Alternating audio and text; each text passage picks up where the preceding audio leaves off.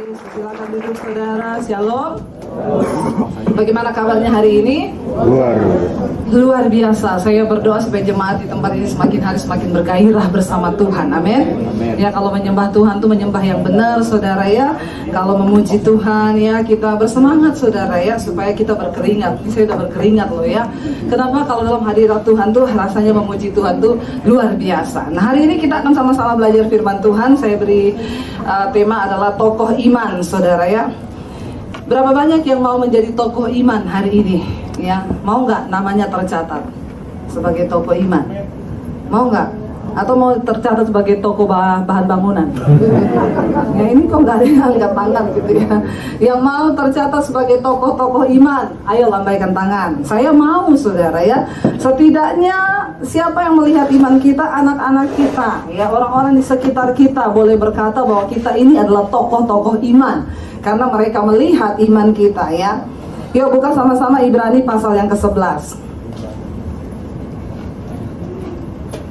Ibrani pasal yang ke-11 mulai dari ayat yang pertama. Kita baca dulu ya, sampai dengan ayatnya yang ke-4. Ibrani pasal yang ke-11 ayat yang pertama sampai ayat yang ke-4. Kita baca secara bergantian saudara, atau sama-sama aja ya, mulai dari ayat yang pertama.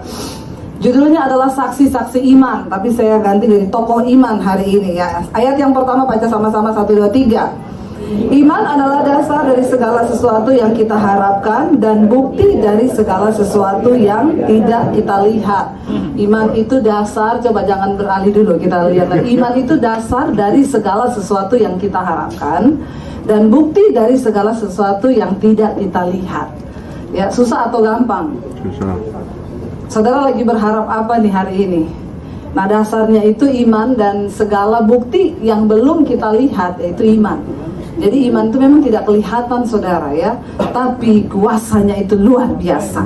Ayat yang kedua bilang apa? Ayo kita baca sama-sama. Ayat yang kedua berkata, sebab oleh imanlah telah dijadikan kesaksian, telah diberikan kesaksian kepada nenek moyang kita. Ayat yang ketiga, karena iman kita mengerti bahwa alam semesta telah dijadikan oleh firman Allah, sehingga apa yang tidak kita lihat telah terjadi dari apa yang tidak dapat kita lihat. Saudara percaya nggak hari ini Tuhan itu ada?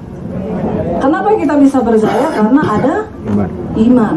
Ada yang pernah lihat bumi ini diciptakan oleh Tuhan? Nggak ada, kita nggak pernah lihat waktu Tuhan menciptakan bumi. Ayat ini bilang karena iman kita mengerti bahwa alam semesta telah dijadikan oleh firman Allah. Kan nggak ada yang lihat kan, tapi kan kita percaya bahwa dunia ini diciptakan oleh Tuhan. Kenapa itu bisa kita percaya? Karena ada iman ya. Sehingga apa yang kita lihat telah terjadi dari apa yang tidak kita lihat. Saudara, iman itu punya kuasa untuk mencipta. Katakan amin. Iman itu punya kuasa untuk mencipta. Bukan saja apa yang telah terjadi yang kita lihat Allah lakukan, tapi dalam perjalanan hidup kita ke depan, kalau hidupmu dipimpin oleh iman, engkau akan melihat imanmu akan menciptakan banyak hal. Kalau saudara setuju bilang cepet amin. Jadi saya nggak usah tanya ada amin. Lagi ke toilet bu, ya nggak usah saudara. Coba tolong jadi jemaat yang antusias, amin. Udah mau kiamat saudara, jangan santai-santai ya. Kemarin teman saya pulang dari Nigeria saudara. Dia cerita ya, tadinya dia diajak ke Nigeria, dia bilang gini, halah ngapain sih belajar kekristenan di Nigeria? Orang itu ke Hillsong, kayak ke Amerika, kayak belajar tentang gereja, ke Nigeria. Lalu terbanglah dia ke Nigeria. Sampai di sana kaget saudara. Ya lihat gereja. Pertama pendetanya disuruh bangun 1 kali 1 kilometer. 1 kali 1 itu gede nggak? Segimana gedenya saudara? Ya dia pertama nggak percaya, tapi Tuhan suruh dia taat, dibangun full. Tuhan bilang bangun 3 kali 3 kilometer loh. Bukan meter loh. 3 kali 3 kilometer. Dia bilang ini di tengah hutan, mau bangun 3 kali 3, apa yang mau terjadi, siapa yang datang, yang ada kali harimau, ya singa yang datang. Saudara tahu waktu dia taat, penuh 3 kali 3. Saya sampai lihat teman saya, altar call diantar pakai mobil ke depan. Ya, bayangkan tuh juta loh, puluhan juta yang datang. Itu dari mana? Nggak tahu, Nigeria. Ya, itu negara yang bobrok saudara tadinya. Mereka sudah alami tuh Pentakosta ketiga. Ya, luar biasa loh. Lalu teman saya cerita, setiap hari itu gereja buka dapur umum untuk orang miskin. Gereja itu harus berfungsi sebagaimana yang Tuhan mau, amin. Jangan kumpulin duit terus, ya, duit itu harus keluar, amin. Bahaya loh gadis bijaksana dan gadis yang bodoh. Kenapa dibilang mereka bodoh? Duit mereka tidak pakai untuk beli minyak, tapi disimpan, ditabung. Waktu Tuhan datang punya duit mau beli minyak sudah tutup, ya. Kita harus bekerja bagi kepentingan kerajaan Allah, saudara. Ya, ini udah banyak gereja ya di sini, saudara ya. Tadi kita datang hasilnya banyak, saya sampai bingung, saudara. Ya, yang lebih bingung lagi, dia mau masuk ditanya mau ke pintu berapa, Bu? 12, nggak jadi dibukain. Haleluya. Ya, saya berdoa pengajar di sini jangan begitu loh ya. Kalau ada yang mau masuk pintu 18, bukain. Nanti Tuhan Yesus bingung lihat Asyir di bawah. Benar nggak? Kata Tuhan Yesus gini, mereka ini bekerja untuk siapa ya? Ada jemaat yang mau ke gereja itu nggak dibukain. Jangan-jangan mereka ini nanti masuk gereja tapi nggak masuk surga. Hello saudara, amin. Ngeri loh, ya. Tuhan tuh bingung di atas lihat dari surga gini. Ini kerja buat siapa sih? Kita ini sedang bekerja buat siapa? Ya, kalau kita percaya, kita beriman, kita bekerja bagi Tuhan, kan artinya nggak seperti itu, benar nggak? Di Nigeria sudah tidak ada lagi, saudara, persaingan antara satu gereja dengan gereja yang lain. Mereka mulai mengalir dengan Tuhan, lalu Tuhan datangkan jiwa-jiwa. Selama masih ada ambisi pribadi, selama masih ada egois dalam kehidupan gereja, Tuhan nggak bisa bekerja. Tiap hari Minggu, tiap hari buka dapur umum buat semua orang miskin, nggak peduli agama apa. Nggak peduli. Kita kan kalau mau datang tanya kartu jemaatnya di mana ya? Ya, benar nggak saudara? Ya, oh, ini kartu jemaatnya bukan di gereja sini. Oh, nggak boleh. Ini hanya khusus buat gereja sini. Kita mulai buang loh yang begini, saudara. Kita keluar dari kenyamanan dan banyak kesalahan dari doktrin-doktrin di dalam gereja. Setiap hari buka dapur umum untuk orang miskin di Nigeria. Potong sapi berapa ekor? 200 ekor tiap hari. Di Nigeria, sapi di Indonesia berapa satu ekor? Ada yang tahu? Kemarin nggak pada berkurban? Yang ada dapat daging kurban, Bu. Antri di masjid bertobat, saudara ya. Saya dapat kupon, saya diantar ke rumah. Bu, ini ambil di masjid ya. Saya kasih bapaknya yang ngantar, Pak, bapak lebih butuh. Saya nanti bisa beli di pasar. Bapak aja kuponnya. Jangan ikut antri di masjid. Itu buat orang yang nggak pernah makan daging, amin. Saudara, kedagingannya sudah besar. Nggak usah lagi banyak makan daging. Hello, bertobat. Saudara, potong sapi tiap hari 200 ekor. Bayangkan kalau di Indonesia aja sapi berapa? Di Nigeria, negara miskin loh. Semua agama datang, yang lapar makan. Ini luar biasa loh. Lalu Tuhan bilang sama pendetanya begini. Waktu jadi teman saya itu puji Tuhan ya dapat kesempatan ketemu sama Pak pendetanya senior, saudara itu. Padahal kan lapisnya itu beribu loh ya, tidak sembarangan orang tuh datang ke sana. Dia ketemu, lalu dia cerita kenapa dia dipanggil Tuhan waktu bangun gereja itu. Jadi dari awalnya pendetanya itu sudah tua. Lalu pendeta ini dilantik, ditahbiskan jadi gembala pengganti. Dia lari, saudara, karena dia nggak mau, dia takut jadi gembala. Ya dia lari, waktu dalam pelarian gembalanya itu mati. Jadi jemaat nyari dia, kamu sudah diurapi waktu itu, balik. Jadi dia terpaksa pulang, saudara. Dia balik. Lalu satu kali dari dalam perjalanan dia ikut seminar, dia jalan kaki di tengah hutan, saudara. Tiba-tiba dia dengar suara dan dia pikir tuh suaranya siapa? Ada suara teriak gini, merunduk ke tanah. Nah kan dia pikir tuh di Nigeria kalau ada suara merunduk ke tanah itu biasanya ada setan molel, kan mereka punya ilmu hitam kan tinggi, saudara. Ilmu hitam banyak karena orangnya juga hitam. Jadi ilmunya hitam semua ya. Gak ada ilmu putih, semuanya hitam, saudara. Lalu dia merunduk ke tanah. Waktu di tanah ada suara itu bilang gini, dia tahu itu suara Tuhan. Dia nangis, saudara. Lalu Tuhan bilang ini, gambar orang di pasir itu. Dia gambar orang, ya ada tangan, ada kaki. Lalu Tuhan bilang, hapus dengan kakimu. Dia hapus, saudara. Tuhan bilang, aku akan pakai hidupmu menjadi orang yang memenangkan banyak jiwa. Tapi sedikit saja engkau sombong, maka aku akan menghapus gambarmu itu seperti hari ini engkau menghapus gambar, dan namamu tidak akan pernah tercatat di dunia manapun, orang gak bakal ingat. Dia nangis saudara hari itu. Lalu dia mulai dapat visi, Tuhan suruh bangun tuh 1 kali 1 kilometer, lalu 3 kali 3 kilometer. Aduh itu ngeri, saya lihat videonya. Tapi Tuhan bilang satu, jangan ada dari antara kalian pengerja atau siapa yang syuting itu acara ibadah. Di sana tiap hari orang mati bangkit. Benar, teman saya bilang gila itu ya, kita nggak tahu. Tidak boleh di-syuting, tidak boleh ditayangkan di YouTube, tidak boleh ditaruh di mana-mana. Nanti kamu sombong. Jadi begitu kamu sombong, Tuhan aku hapus namamu. Luar biasa loh saudara ya. Ya kita punya iman yang benar yuk hari-hari ini yuk. Amin. Ada banyak hal yang harus kita ini bertobat. Amin. Saya berdoa semakin banyak gereja di gedung ini, semakin pula kemuliaan Tuhan. Ya, bukan semakin bersaing yang tidak sehat. Enggak apa-apa, kan kita bekerja bagi kepentingan kerajaan Allah kan. Pada satu saat nanti Tuhan akan ujikan semua yang kita berlakukan di dunia ini kan, amin. Ya, jadi jangan sampai ada yang 18 mau naik, pekerjanya sini mau kemana 18? Enggak enak dia. Bertobat. Ya kalau perlu nggak apa-apa, mau ke lantai berapa 18? Nyo tak bukain. Perlu uang kolektor nggak? Amin. Saudara yuk kita yuk untuk kepentingan kerajaan Allah. Lalu tadi ayat yang tadi bilang apa saudara?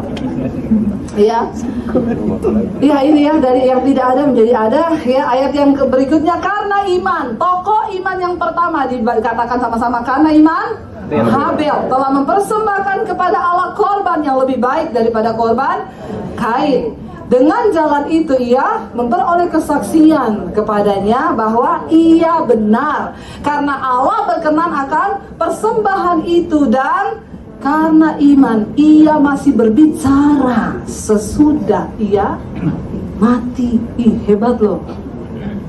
Habel dicatat sebagai tokoh iman pertama. Kenapa? Saudara, Habel ini orang pertama yang mati di dunia ini. Iya, dia anaknya siapa? Adam dan Hawa, melahir 2 anak, Kain dan Habel. Ini adalah kasus pembunuhan pertama di bumi. Ini kasus pembunuhan pertama. Ini kasus kematian pertama, pemakaman pertama. Orangnya baru 4 di bumi, udah dibunuh 1. Jadi tidak ada yang melayat. Benar nggak saudara? Ya, tidak ada yang melayat. Ini orang pertama yang mati loh. Dan saudara tahu, jadi jangan bilang gini ya, baru sekarang ada pembunuhan. Enggak, dari zaman manusia pertama sudah ada pembunuhan. Itu tandanya manusia sudah berdosa, jatuh di bawah kutuk dosa. Manusia pertama kakak adik saling bunuh. Persoalannya bukan karena iri hati dia lebih kaya, bukan. Persoalannya bukan karena iri hati, dia disayang bos, saya enggak. Dia diperhatikan sama bos, saya enggak diperhatikan. Persoalannya bukan iri hati gini, mertuanya sayang sama dia, sama saya enggak disayang. Bukan. Persoalannya iri hati sama perkenanan Tuhan. Ngeri enggak saudara? Iri hati sama perkenanan Tuhan. Kenapa? Karena persembahan Habel dikenan Tuhan, persembahan Kain tidak dikenan Tuhan. Saudara tahu kenapa? Bukan karena jumlahnya yang banyak, bukan. Bukan karena Habel kasih 5M, Kain cuma kasih 2M. Enggak dicatat di situ apa-apa. Tapi dasarnya adalah karena Kain ini jahat hatinya, Habel itu berkenan imannya di hadapan Tuhan. Jadi segede apapun persembahanmu, kalau hatimu jahat, nggak usah ngasih-ngasih di gereja, nggak ada guna. Amin. Karena Tuhan lebih tertarik dengan pertobatan, sikap hati daripada persembahan. Amin. Yesus berkata begini saudara, kalau engkau ingin mempersembahkan korban, di Matius pasal 5 itu ya, lalu engkau ingat di hatimu ada sesuatu yang ganjil terhadap saudaramu, Tuhan bilang tinggalkan persembahan itu, pulang berdamai dulu dengan saudaramu, baru engkau layak mempersembahkan itu korban. Kita orang Kristen sekarang ya, nggak omongan sama mertua 3 tahun, nggak omong sama ipar, berantem suami istri ke gereja, berani kasih persembahan. Kebangetan nggak? Halo? Ya, berani nyanyi lagi. Ya, nyanyi apa? Kiranya engkau memberkati aku berlimpah-limpah. Terus berkati terus. dan memperluas daerahku. Tuhan bilang gini, tobat lu. Amin saudara. Jangan terlalu pede. Jadi orang Kristen, sadari dasar-dasar dari kekristenan itu apa. Kenapa Kain gak diterima? Karena memang Kain itu hatinya jahat. Habel itu orangnya benar, makanya imannya tercatat sebagai tokoh iman yang pertama. Saudara, waktu Kain mempersembahkan korban itu di Kejadian pasal yang keempat, ya bisa ditayangkan, gak apa-apa kayaknya.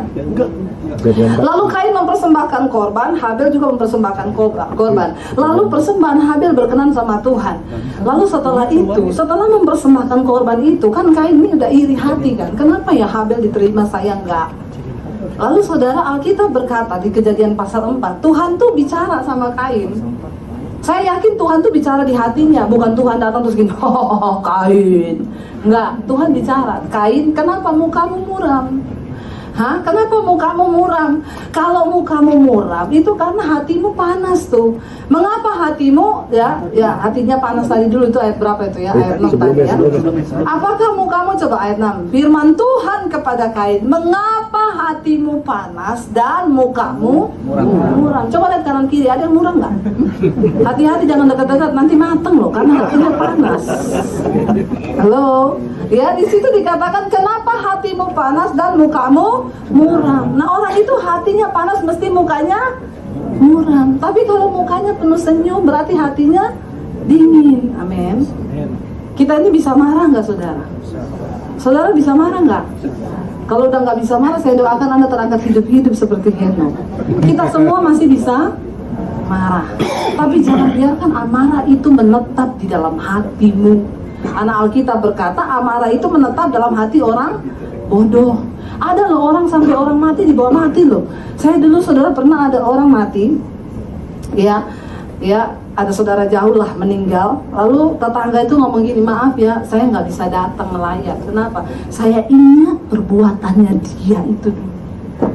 Ini orangnya sudah jenazah loh, sudah mati loh. Saya nggak bisa datang lagi. Kenapa? Perbuatannya dia itu masih kepahitan sama mayat. Ngeri nggak, saudara? Orang kepahitan sama orang mati ini kan bodoh banget kan. Alkitab bilang, ya Tuhan bilang, ya ini terhormatlah seorang jika ia menjauhi perbantahan. Ini sampai suruh dilayangkan ayat ini.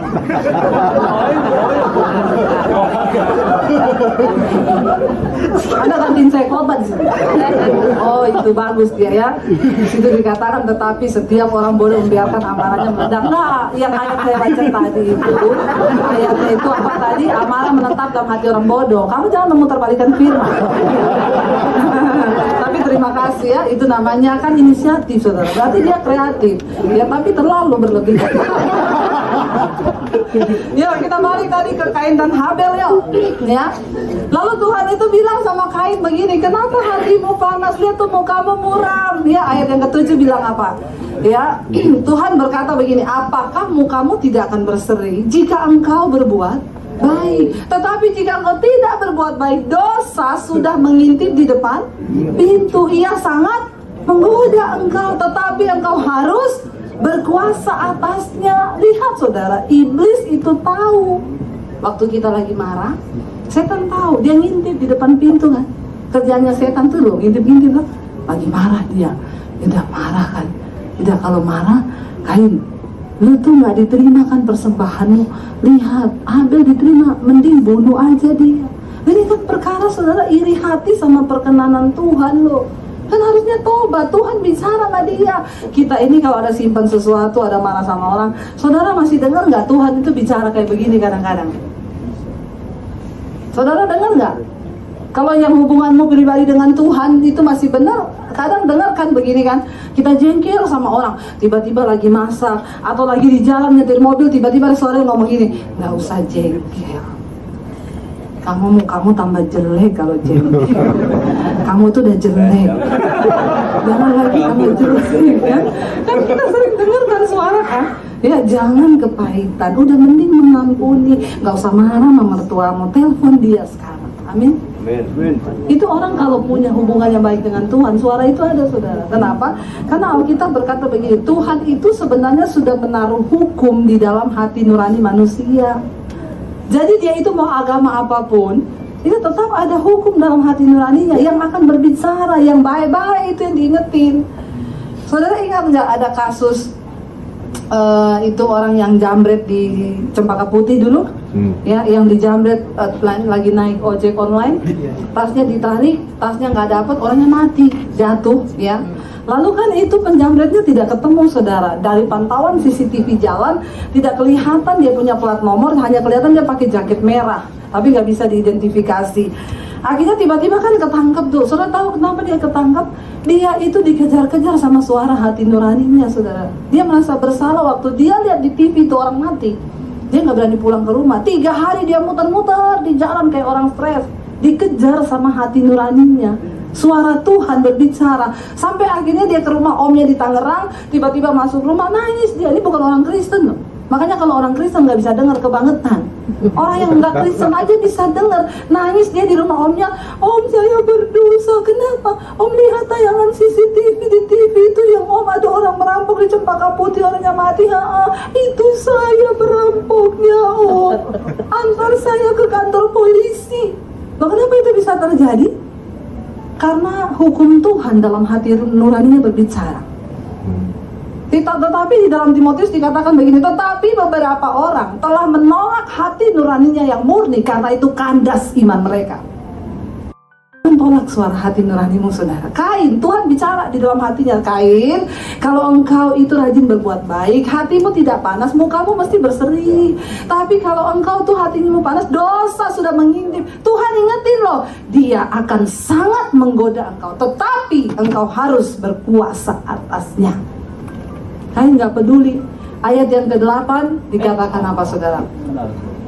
Ini lagi.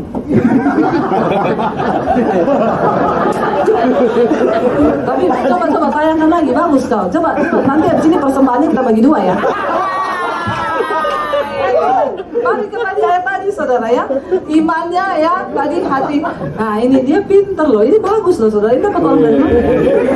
Beberapa orang telah menolak hati nuraninya yang murni itu, dan karena itu kandaslah iman mereka. Benar nggak, saudara?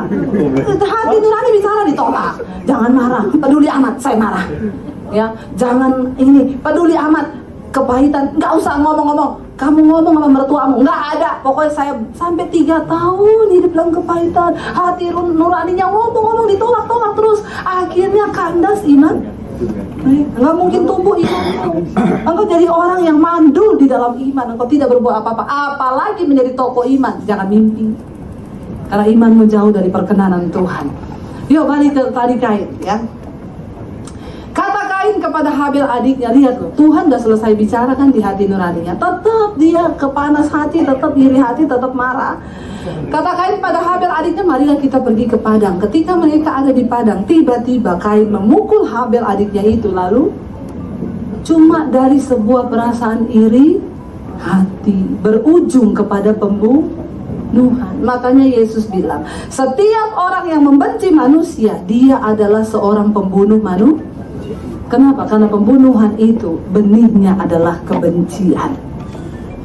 Saudara lihat, ngeri loh kalau kita tuh biarin hati panas, kepahitan, saudara.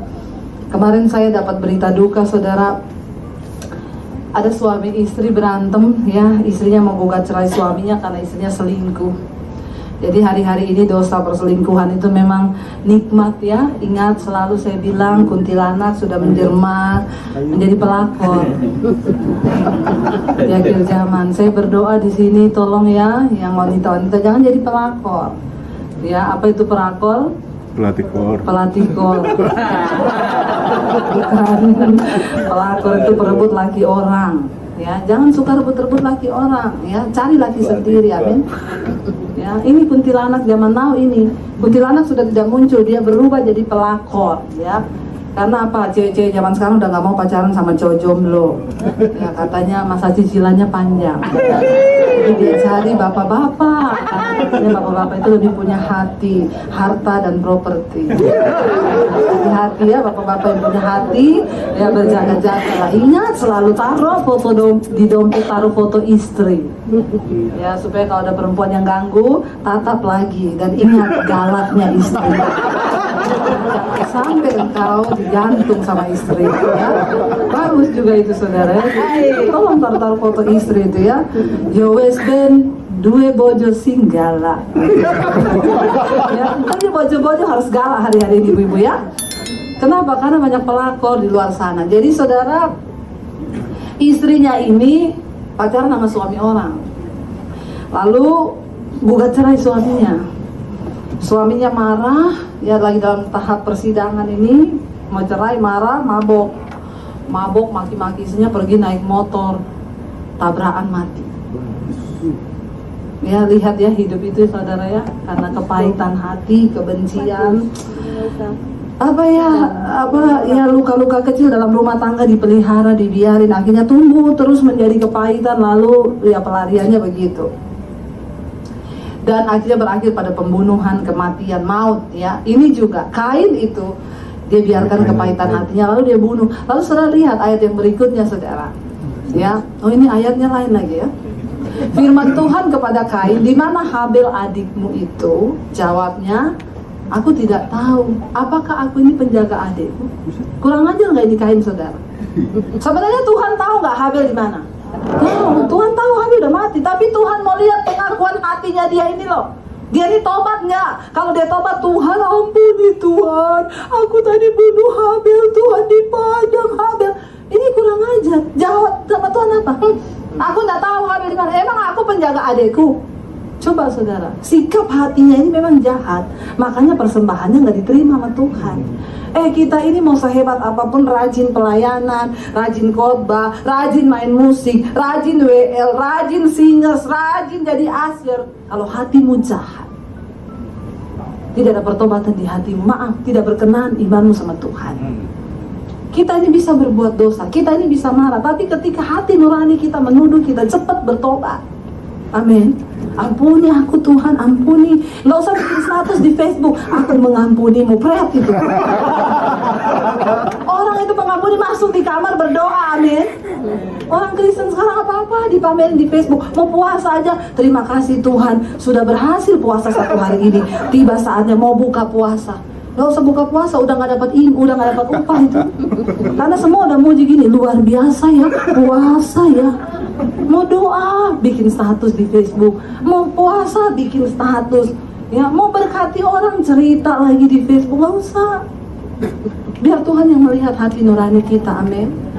Tokoh iman yang kedua siapa? Yang pertama Habel, ingat saudara ya, jangan jahat-jahat di hati ya, karena Tuhan itu melihat hati. Yang kedua, balik ke Ibrani pasal yang ke-11. Karena iman, ya, tadi dikatakan tunggu dulu saudara ya, Habel itu sampai dia mati karena dia berkenan, darahnya masih berbicara, menuntut keadilan kepada Tuhan.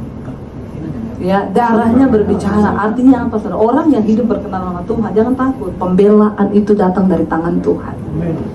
Tuhan tahu membalas kebaikan dan kebenaran yang kau lakukan dalam hidup ini. Karena Alkitab berkata, teruslah berbuat baik dan benar. Kalau engkau tidak menjadi lelah, maka kamu akan menuai. Entah sekarang, entah di masa yang akan datang. Saudara, kita ini jangan merasa begini. Nggak usah, kita ini cuma dimanfaatin. Ngapain kamu lakukan ini? Percayalah, setiap benih baik yang kau tabur, itu engkau menabur dalam kekekalan. Mungkin hari ini benih itu engkau belum lihat tumbuh, tapi satu saat pasti benih itu akan tumbuh. Mungkin kamu tidak menuainya di sini, tapi di tempat lain kamu pasti akan menuai. Jadi jangan pernah lelah untuk terus hidup dalam kebaikan dan kebenaran. Ayat yang berikutnya, karena iman Henokh terangkat supaya ia tidak mengalami kematian, dan ia tidak ditemukan karena Allah telah mengangkatnya. Sebab sebelum ia terangkat, ia memperoleh kesaksian bahwa ia berkenan kepada Allah. Perkenanan Tuhan itu yang lebih daripada segala-galanya. Saudara, kalau berdoa nggak usah minta duit, nggak usah minta harta, nggak usah minta apapun. Berdoalah minta perkenanan Tuhan. Kenapa? Karena kalau engkau dapati perkenanan Tuhan, engkau dapatkan segala-galanya dari Tuhan. Tapi kalau engkau minta apapun, engkau tidak dapat perkenanan Tuhan, maka hidupmu susah, menderita, sekalipun mungkin engkau kelihatannya kaya raya. Tapi ketika Henokh berkenan, kenapa Henokh dikatakan berkenan kepada Tuhan? Henokh hidup di angkatan yang rusak pada zaman itu, tapi dia tetap mempertahankan iman. Alkitab mencatat Henokh hidup bergaul dengan Tuhan. Hidup bergaul dengan Tuhan, dari terjemahan aslinya itu Henokh itu hidup terus menerus intim dengan Tuhan.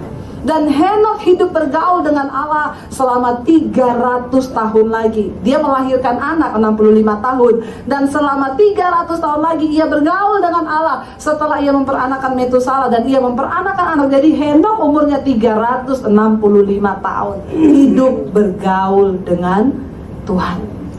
Kita berapa tahun sekarang?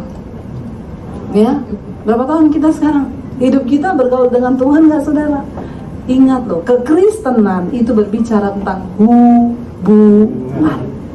Kristen itu bukan soal hebatnya saya berkhotbah. Kristen itu gak bisa diukur dari dia seorang gembala, wakil gembala, pengerja, pemain musik, WL, atau pengkhotbah seperti saya. Kristen itu diukur dari hubungan pribadinya dengan Tuhan. Karena kekristenan bukan agama, tapi hubungan pribadi dengan Tuhan. Waktu engkau berjalan bersama Tuhan dalam hidupmu, dalam segala aspek hidup, minta tuntunan Tuhan, saudara. Henokh tercatat sebagai orang yang hidup bergaul dengan Allah, bergaul dengan Tuhan. Dan Alkitab berkata begini, Tuhan bergaul karib dengan orang yang bergaul karib dengan dia. Dan apa? Dan rahasianya, jalan-jalannya diberitahukan kepada mereka. Kalau kita bergaul karib dengan Tuhan, bukan berarti satu hari dalam kamar saudara bahasa roh, doa, puasa terus di kamar bergaul karib dengan Tuhan. Bukan. Dimanapun engkau berada, di jalan engkau bisa nangis, di kamar mandi engkau tiba-tiba bisa nangis, Tuhan engkau baik Tuhan. Di dalam segala keadaan tiba-tiba engkau ingat Tuhan, engkau berjalan, Tuhan tuntun langkahku. Pakai doa itu setiap saat di dalam roh. Ya, bukan cuma naik turun menara doa, tapi setelah keluar dari menara ya udah keluar dari hadirat juga. Gak bisa, saudara. Kita harus bergaul karib dengan Tuhan. Coba baca ayat yang berikutnya, saudara. Ayat yang ke-6 berkata begini. Ini loh kenapa Henokh itu berkenan kepada Tuhan. Tetapi tanpa iman tidak mungkin orang berkenan kepada Allah. Sebab barang siapa berpaling kepada Allah, ia harus percaya bahwa Allah ada dan bahwa Allah memberi upah kepada orang yang sungguh-sungguh mencari Dia. Henokh hidup bertahan dengan bergaul karib dengan Tuhan dalam zamannya yang berdosa. Sekarang orang bilang gini, hidup itu harus seimbang, rohani dan jasmani itu harus seimbang. Saya tidak setuju. Amin. Lo Alkitab bilang itu harus rohani loh. Jangan ikut-ikutin dunia, saudara. Kita harus rohani. Rohani kita harus lebih kencang daripada duniawi kita. Kenapa? Allah memberi upah kepada orang yang sungguh-sungguh mencari Dia. Jangan punya iman rata-rata. Saya selalu ingetin kita semua, jangan hanya punya iman rata-rata, bahkan di bawah rata-rata. Ya, Yakobus ayat yang ke-2 kalau nggak salah 19 ya, Yakobus 2:19. Engkau percaya hanya ada satu Allah saja. Setan juga percaya. Dan setan gemetar. Jadi kalau kita cuma percaya ada Allah, sampai dipercaya aja, maka iman kita sama dengan imannya setan. Sama dengan siapa? Setan. Ngomong setannya biasa aja, Pak.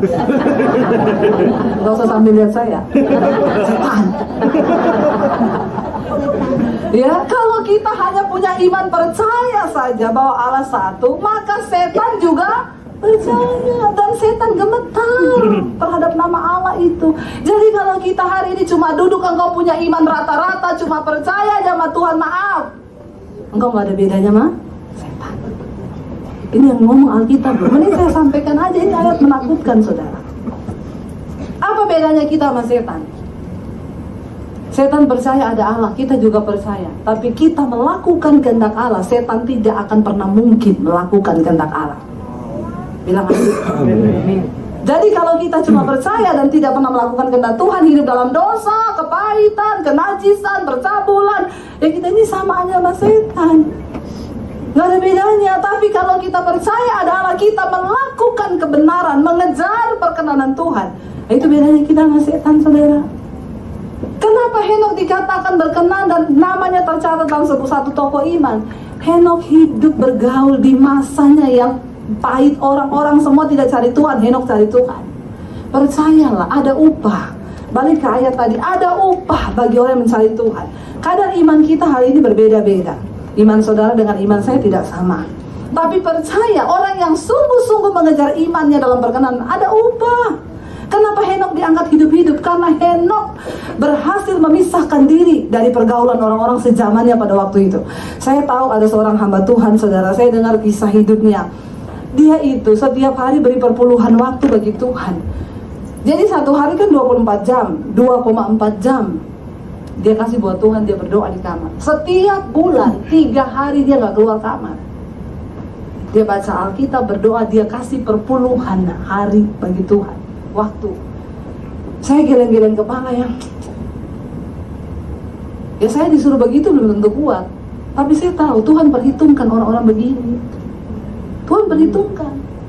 Ya, benar, Tuhan perhitungkan ketika engkau tidak menyeimbangkan hidupmu dengan dunia ini. Jangan dibilang harus seimbang rohani dan jasmani. Kenapa? Kalau nggak seimbang kita bisa gila. Siapa yang ngomong? Kalau engkau cinta Tuhan nggak bakal gila, amin. Makanya jangan pencitraan jadi Kristen, amin. Puasa pencitraan, doa pencitraan, apa-apa pencitraan, capek sendiri. Ya, kenapa? Kalau engkau cinta Tuhan dari hatimu yang murni lahir, engkau akan melakukan hal-hal itu. Loh, kenapa saya itu nggak suka nonton bioskop, saudara? Apakah karena saya nggak suka? Dulu waktu masih muda saya terikat kalau bisa tidur di bioskop. Loh, kenapa saya sekarang nggak suka? Orang bilang gini, nggak stres tuh bu, nggak senang nonton bioskop. Enggak, tuh saya malah stres kalau disuruh nonton bioskop. Karena saya nggak senang.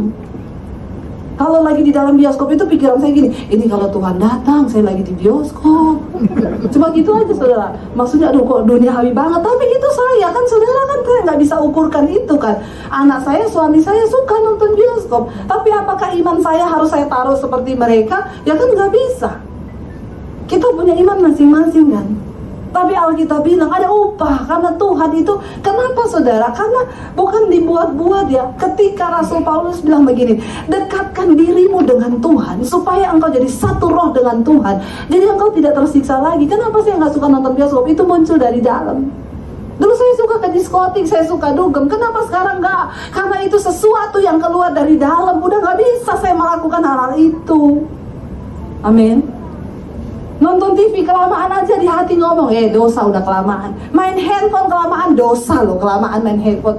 Kan itu bukan soal, itu nggak bisa dibuat-buat. Dan saya tidak tersiksa, oh ya Tuhan ampuni saya Tuhan, taruh handphone dalam nama Yesus lepas. Ya, kecuali lagi belajar Alkitab atau baca sesuatu. Loh kan kita ini sesuai kadar iman kita kan. Kenapa Henok itu berkenan? Karena Henok memisahkan diri dari pergaulan sejamannya pada waktu itu. Orang suka berdosa, Henok memilih bergaul dengan Tuhan. Orang suka najis, melakukan najis, Henok memilih untuk tetap hidup di dalam perkenanan Tuhan. Karena itu dia terangkat hidup-hidup. Dan dia tidak mengalami kematian. Dan Tuhan bilang, tetapi tanpa iman tidak mungkin orang berkenan pada Allah. Oke, kita sudah berkenan karena kita semua punya iman tadi hari ini.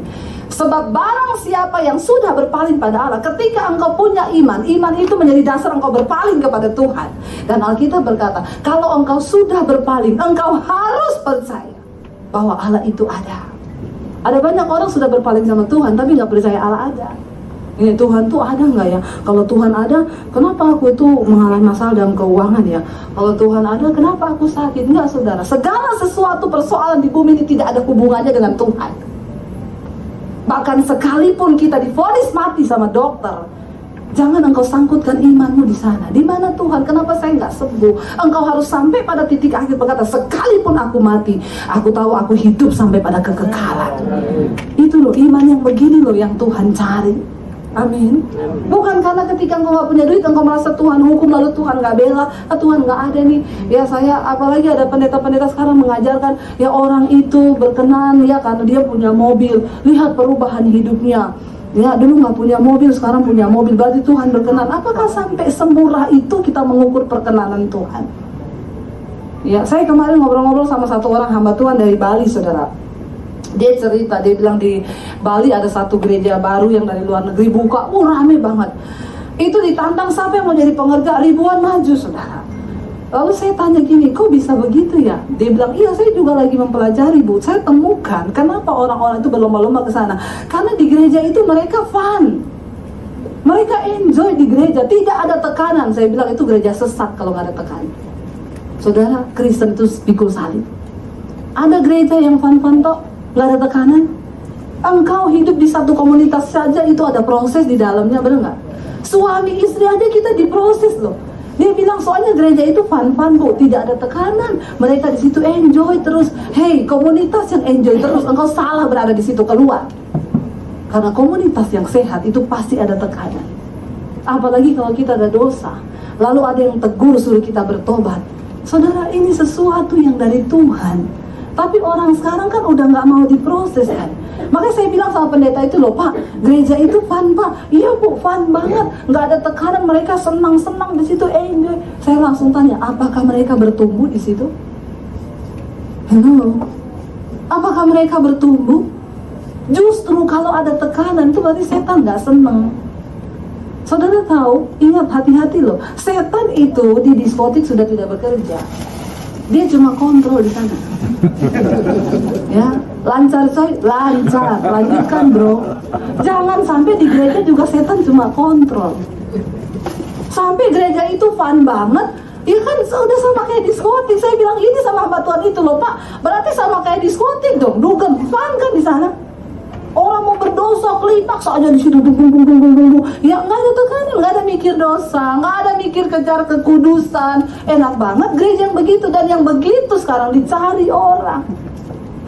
Orang Kristen suka yang tidak ada tekanan. Padahal Yesus berkata, pemberitaan tentang Injil itu bicara tentang salib. Amin saudara. Lalu kalau kita udah nggak mau pikul salib, terus mau ngapain kita di dunia ini? Hati-hati, penyesatan sedang terjadi. Dan dia bilang tuh gereja gila Bu, ditantang jadi pengerja, maju ribuan, itu harus antri dulu daftar. Ngeri ya. Kenapa? Ya makanya gereja yang homo tetap homo di situ, yang lesbi tetap lesbi, yang bersina tetap bersina. Tidak ada pertobatan karena ngapa? Nggak ada tekanan. Lo orang mau hidup bertobat itu tertekan nggak saudara? Tertekan banget, menderita, merayap, ngesot di bawah karena mau bertobat. Tidak gampang. Saya waktu itu ngobrol-ngobrol sama teman saudara ya, saya cerita gini, kalau pelayanan di desa-desa itu ya kita lagi puji-pujian, ada orang kerasukan, tiba-tiba di sana kerasukan, di sini kerasukan. Lalu dia tanya gini, Bu, di Jakarta selama ibu pelayanan ada yang kerasukan nggak? Saya ingat-ingat nggak pernah ada. Iya ya, benar juga loh. Selama saya pelayanan di Jakarta nggak ada, apalagi di RCC nggak pernah ada yang kerasukan. Nggak ada. Lalu dia tanya gini, kenapa ya Bu di Jakarta ini jarang orang kerasukan ya? Saya ingat-ingat, kenapa ya Tuhan? Iya loh, ini pertanyaan penting loh, nggak ada orang kerasukan loh. Tiba-tiba Roh Kudus jawab saya di hati, kenapa? Karena di Jakarta ini jemaatnya, itu setan udah nggak perlu kerja keras. Kenapa? Dagingnya aja udah gede. Setan bilang, nggak usah kita kerja-kerja keras, kontrol aja. Mereka dagingnya aja udah gede. Kita menghadapi dagingnya aja udah keok, nggak usah setan ikut campur. Apa itu daging? Galatia 5 ayat 19 sampai 21. Galatia 5 ayat 19 sampai 21 berkata begini saudara. Ini yang harus kita perangi ya supaya kita ini berkenan ya. Ditayangkan agak full aja bisa.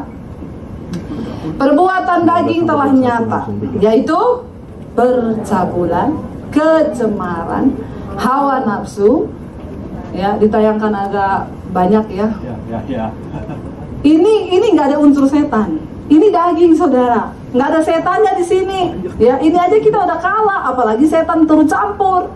Perbuatan daging telah nyata, yaitu percabulan, kecemaran, hawa nafsu, penyembahan berhala, sihir, perseteruan, perselisihan, iri hati, amarah, kepentingan diri sendiri, persaudaraan, roh pemecah, kedengkian, kemabukan, pesta pora, dan sebagainya. Terhadap semuanya itu, kuperingatkan kamu, seperti yang telah kubuat dahulu, bahwa barang siapa melakukan hal-hal yang demikian, ia tidak akan mendapat bagian dalam kerajaan Allah. Ngeri nggak saudara? Ini daging, tidak ada unsur setan.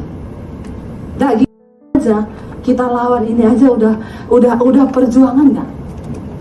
Masih mau fun-fun nggak? nggak ada waktu buat fun. Nah kalau gereja terlalu fun, nggak ada yang begini-begini, ngeri saudara. Alkitab bilang Kristen itu bayar harga, Kristen itu pergumulan mematikan daging. Jadi di situ ada tekanan, perbuatan daging, percabulan, kecemaran, hawa nafsu. Jadi kalau ada yang selingkuh jangan salah-salahin setan, amin. Kamu kenapa selingkuh? Udah pelayanan, iya bu, makanya gara-gara setan. Setan yang dengar saudara ngomong gini, siang-siang gua yang enak lu. Kasihan setan loh. Disalahin terus ya setan, saya nggak ngapa-ngapain loh. Itu dagingmu. Hello. Ya, itu dagingmu sendiri tuh, hawa nafsu, kecemaran, percabulan. Ya itu semua daging saudara. Makanya setan, jangan biarkan setan tuh cuma kontrol aja. Ya lancar. Yaudah kita kontrol yang lain sebelah lagi di atas. Ya, saudara kita berdoa ya, yuk kita mau bayar harga yuk supaya kita hidup berkenan pada Tuhan. Saya tutup dengan sebuah kesaksian. Beberapa waktu yang lalu saya ketemu seorang teman saudara dari Poso, jadi Tuhan atur. Ya, ketemu satu orang teman. Waktu saya ketemu dengan dia di Jakarta ini, jadi dia ini dulu tahun lalu sudah dikabarkan mati. Di Facebook diangkat fotonya kecelakaan, berdarah-darah, tulisannya innalillahi wa inna ilaihi rajiun, telah berpulang ke rahmatullah. Ya, jadi kita semua kaget. Teman sekolah saya bilang, dia mati. Saya sama teman-teman WA-WA mati, iya dia kecelakaan, barusan kecelakaan tunggal. Ya ampun, gak nyangka hidupnya pendek banget ya. Besok pagi tulisan di Facebook, diralat. Dia nggak jadi mati. Ya, jadi waktu itu saya juga telepon teman saya yang mantan pacarnya kan cowok. Itu kok nggak jadi mati? Iya nggak tahu itu, kayaknya orang miss deh. Cuma dengar dia kecelakaan udah ngomongin mati. Nah berapa lalu saya ketemu dia di Jakarta. Waktu ketemu saya tanya gini, dulu kamu udah mati kok nggak jadi tuh, gimana ceritanya? Ya, masa mati tuh sudah jadi ya? Apa bagaimana? Terus dia bilang sama saya gini, Dek, bener saya mati 48 menit. Istri saya dokter. Waktu saya kecelakaan dibawa ke rumah sakit, dokter sudah putuskan saya mati. Orang istri saya dokter, dia udah ngecek mati, udah dikabari ke tetangga, ke keluarga. Jadi sudah bikin tenda gede banget karena kenalannya banyak. Lalu bikin tenda diumumin di masjid. Innalillahi wa inna ilaihi rajiun, telah berpulang ke rahmatullah almarhum. Ya, karena cowok almarhum, cewek almarhumah kan. Kalau banci aluminium. Makanya jangan jadi banci ya. Nanti mereka bingung mau sebutnya apa, disebut aluminium aja sudah. Tidak mendapat tempat nanti dimanapun ya, karena aluminium. Misalnya buat bikin lemari saja.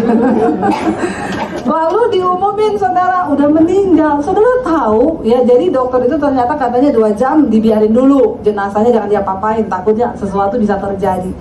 Dia cerita, saya tanya gini sama dia, nah kamu mati 48 menit, apa yang kamu alami selama 48 menit? Itu mesti kamu ngalami perjalanan spiritual atau apa? Lalu dia cerita, iya deh benar. Jadi ceritanya begini, waktu saya mati, saya lihat tuh tubuh saya tergeletak di jalan.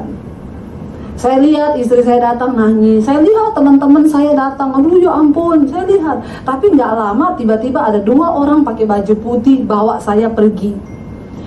Ya waktu sampai dibawa di langit yang pertama, di tingkat langit yang pertama, dibilang yang di situ saya lihat apa, orang-orang yang sudah pernah mati, orang-orang yang sudah mati semua, mama saya, papa saya, teman-teman.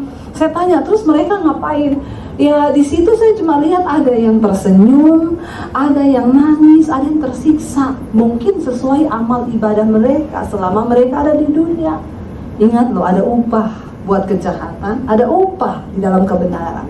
Lalu saya lanjut di bawah, tiba-tiba saya ada di tingkat langit ke-7 dia bilang. Nah waktu di langit ke-7 itu saya ketemu satu cahaya. Lalu cahaya itu bilang, kamu belum saatnya mati, kamu pulang ya. Ada yang belum kamu lakukan.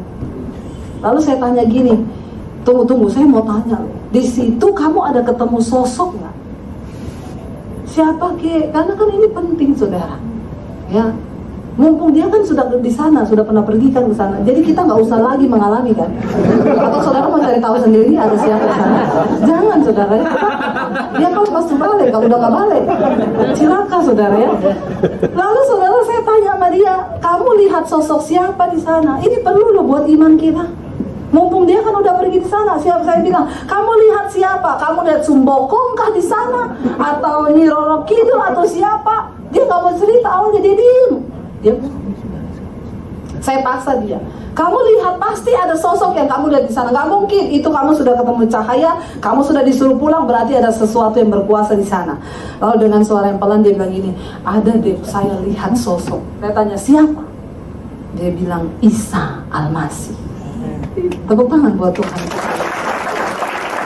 Kita sudah beriman pada Tuhan yang benar. Jangan lagi mundur. Di dalam Ibrani pasal yang 10 dikatakan ini, coba kamu cari itu ayatnya. Barang siapa yang mengundurkan diri, maka Allah tidak berkenan. Cari aja kata mengundurkan. Jangan kamu maju, mundur. Awas kalau kamu nggak dapat, saya hitung sampai 3. Karena dari tadi kamu tayang-tayangkan sendiri ya. 2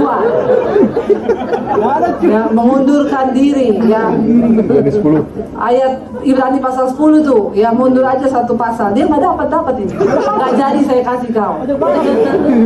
Ibrani 10 ya, dan barang siapa yang mengundurkan diri, lebih cepat saya nyarinya nih. Awas kalau saya dapat kau. Ya, saudara, kita sudah percaya sama Tuhan kan? Tapi kalau kita mengundurkan diri kata firman Tuhan, maka kita tidak akan berkenan. Cepat ya, kita cepat-cepatan ya. Aduh, salah ketik lagi. Ya, Ibrani pasal yang ke-10 ayat yang ke-38. Payah ya. Makanya jangan sombong. Itu disuruh malah nggak bisa kau. Langsung direndahkan Tuhan. Ya, kita baca sama-sama ini ayat yang ke-38. Kita ayat yang ke-37 dulu. 37 berkata begini. Sebab sedikit, bahkan sangat sedikit waktu lagi, dan ia yang akan ada sudah akan datang tanpa menangguhkan kedatangannya. Ayat 38. Tetapi orangku yang benar akan hidup oleh iman, dan apabila ia mengundurkan diri, maka aku tidak berkenan padanya. Ayat 39. Tetapi kita bukanlah orang-orang yang mengundurkan diri dan binasa, tetapi orang-orang yang percaya dan beroleh hidup. Bilang kanan kirimu, kita bukan orang yang mengundurkan diri. Amin. Tepuk pundaknya. Ya, kalau perlu pukul agak kenceng. Bilang sama dia, apapun persoalanmu, jangan pernah mengundurkan diri. Jangan pernah mengundurkan diri. Saudara, kenapa? Tinggal sedikit waktu lagi. Di ujung kematian pun kita divonis dokter mati. Tidak apa-apa, aku percaya mati ketemu Tuhan. Amin. Lo mati itu kan sebenarnya membantu kita loh. Orang kalau nggak mati-mati bahaya, saudara, benar nggak? Saudara bisa bayangkan sakit terus nggak mati-mati. Repot juga kan, mau panggil pendeta suruh mati nggak bisa loh. Kalau enggak, jadi mati itu untung kata firman Tuhan, benar itu untung. Jangan ada yang pernah takut. Berapa banyak yang mau jadi tokoh iman? Nanti sore akan saya lanjutkan lagi. Kalau mau datang silahkan, tapi jangan salah masuk lantai. Ya, biar ketemu saya maksudnya ya. Tapi sama-sama masuk dalam kerajaan Allah. Ya, kita bangkit berdiri bersama ya. Terima kasih Tuhan buat hari ini, terima kasih buat firman-Mu yang mengajarkan kepada kami. Kita naikkan pujian lama ya. Bapa Surgawi, ajar aku mengenal ya segala jalan-jalan-Mu dalam hidup kami.